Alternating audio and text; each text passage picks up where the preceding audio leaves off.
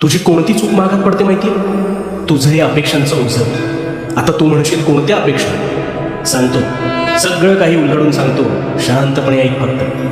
खरं सांगू का, तू दिवस पुढे ढकलतोस पण तू आयुष्यात जगत नाहीस.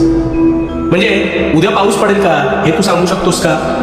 अरे उद्या काय, तू पावसाळ्यात कधी पाऊस पडेल आणि कधी नाही याची शाश्वती देऊ शकत नाहीस. पण तुझ्या प्रियजनांकडून, त्या लोकांकडून मात्र अवास्तव अपेक्षा ठेवतोस. म्हणजे एखाद्याने काय खावं, त्याने काय बोलावं, कसं वागावं, त्याने काय मागावं, त्याने काय मागू नये, असे निष्फळ निष्कारण असंख्य प्रश्न तुझ्या डोक्यात सतत भांबावत असतात. आणि कशासाठी?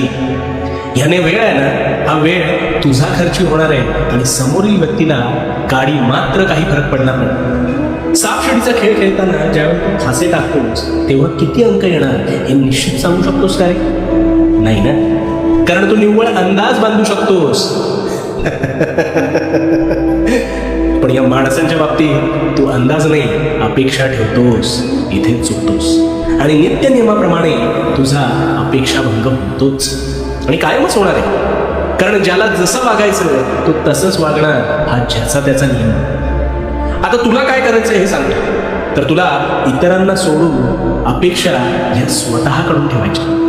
इतरांच्या बाबतीत खर्च होणारी ऊर्जा ही स्वतःवर केंद्रित करायची आहे. कारण तू स्वतःत बदल करू शकतोस, तुझे शारीरिक मानसिक आरोग्य सुधारू शकतोस. आणि आजपासून तुला हेच करायचं.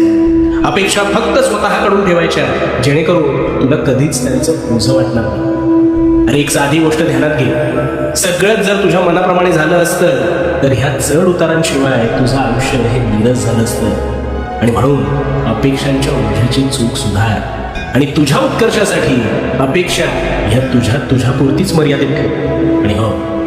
आणि हो भिवू नकोस, कारण मी तुझ्या पाठीशी आहे. भिवू नकोस, मी तुझ्या पाठीशी.